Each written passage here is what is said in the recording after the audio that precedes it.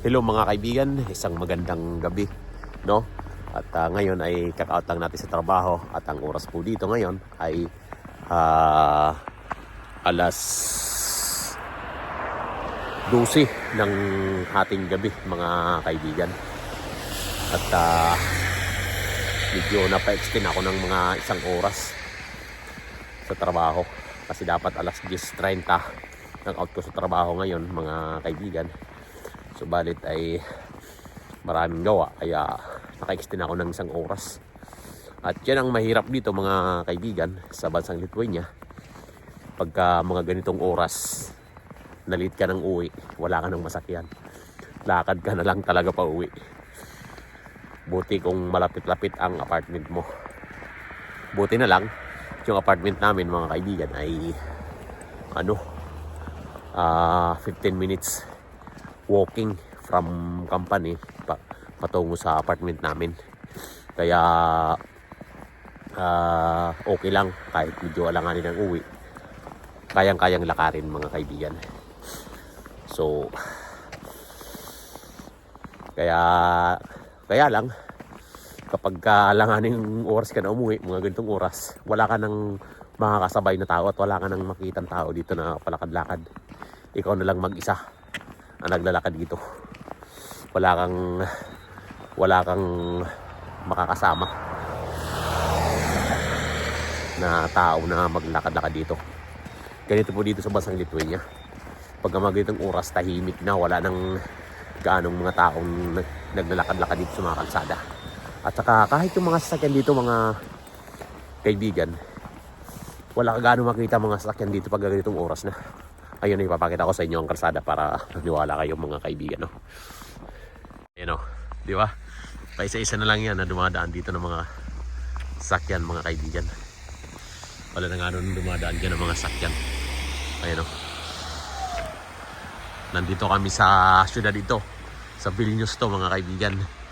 Pero wala na siyang mga sakyan na gaano palakad-lakad dito pag ganitong oras. O wala na gaano sakyan dito na dumadaan sa kalsada pag mga ganitong oras. Oh. May nabasa pala ako mga kaibigan doon sa comment section natin na kung mayroon na raw bang balikbayan box dito na papackage na padalahan patungo sa bansang Pilipinas. Sa ngayon mga kaibigan, wala pang nabibuild up na ganong negosyo dito na balikbayan box na padalahan mga package patungo sa bansang Pilipinas. Baka soon ay magkakaroon na dito soon kasi parami na nga tayo mga Pilipino dito, baka may magtayo ng ganun dahil napag-usapan namin ni Sir Ayman yan na negosyo, no? So willing naman ako mga kaibigan, kontakin ninyo ako kung gusto niyo magpadala para makipag-coordinate tayo doon sa Poland kung gusto ninyo. At kung marami na ang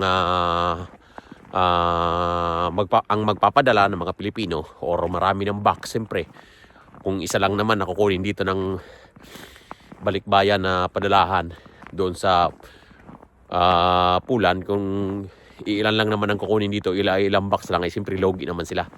Kaya mas magandang ipunin muna natin.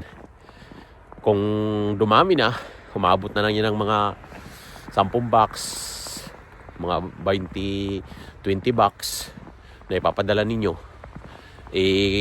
mas maganda. Kaya dapat kontakin ninyo ako para kung marami na kayong nabalot, humabot na ng sa ating mga kabayan mga Pilipino na marami magpapadala patungong Pilipinas, ay kukontakin natin yung sa malapit dito na balikbayan or na yung mga LBC o ano pa man dyan na mga padalahan, at kukunin natin, papakuha natin dito. Kung gusto ninyo ay magkontak kayo sa akin kung ilan na ng mga Pilipino ang magpapadala ng mga balikbayan box patungo sa bansang Pilipinas para ipakuha natin dito para hindi sila lugi pagka marami. Dahil mahirap pagka syempre pagka konti lang, logi ka naman sila.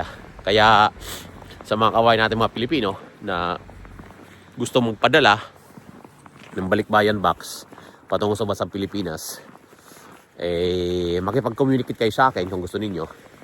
At kung dumami na, yun, kukunin natin para mapadala sa bansang Pilipinas.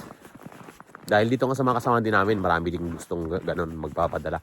Kaso wala pa. Kaya inaano ko muna kung sino ang nais na magpadala sa Pilipinas na mga Pilipino, at pag marami na, yun, papakuha natin. Malay mo, sa susunod na taon o ano, may magtayo na ng ganun dito. Mas maganda. No? Kaya, yun lang ano, mga kaibigan. Sa nagtanong doon sa comment section natin, wala pa po tayo dito sa ngayon. So, sa madaling salita, kung gusto ninyong magpadala, makipag-communicate kayo sa akin para kung titingnan natin kung marami na yung box, mabilang natin kung ilang box na yung pili ng pick upin dito mula sa Poland. No?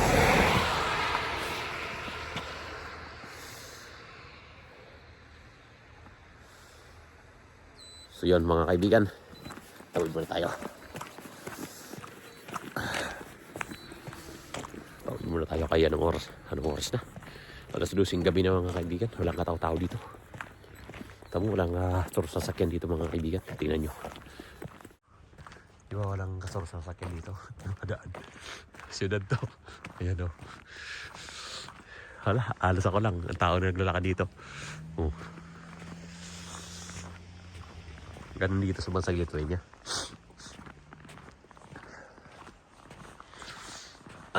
Ayan o. Dulas niyan. Yung hilo na yan mga kaibigan. Tumba ako kanina. Dulas ako sa ice.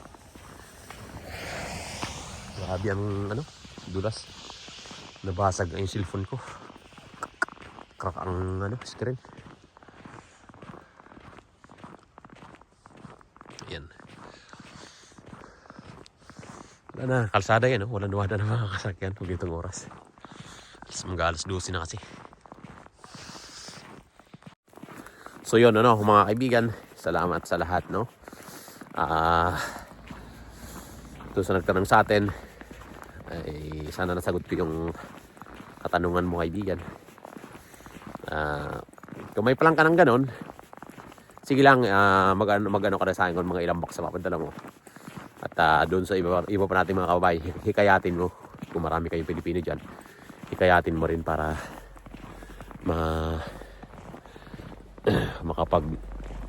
para mapapick up natin dito sa malapit dito na LBC or mga balikbayan na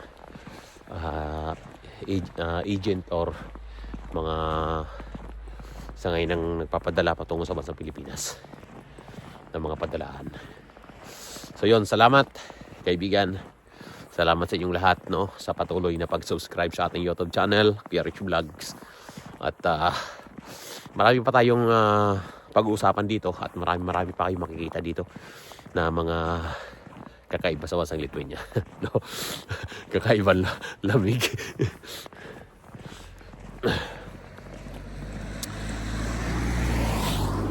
Pero push nyo ang pag-apply dito kasi maganda dito.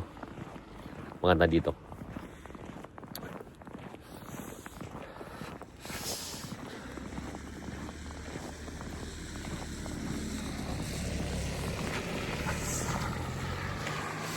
Yan.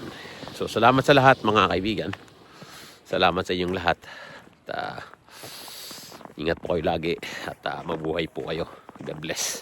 Shout out sa ating mga subscribers, sa ating mga followers. No. Patuloy nyo pong i-share ang mga video po natin para makatulong po tayo sa iba nating mga kababayan. God bless po sa inyong lahat. Bye-bye po.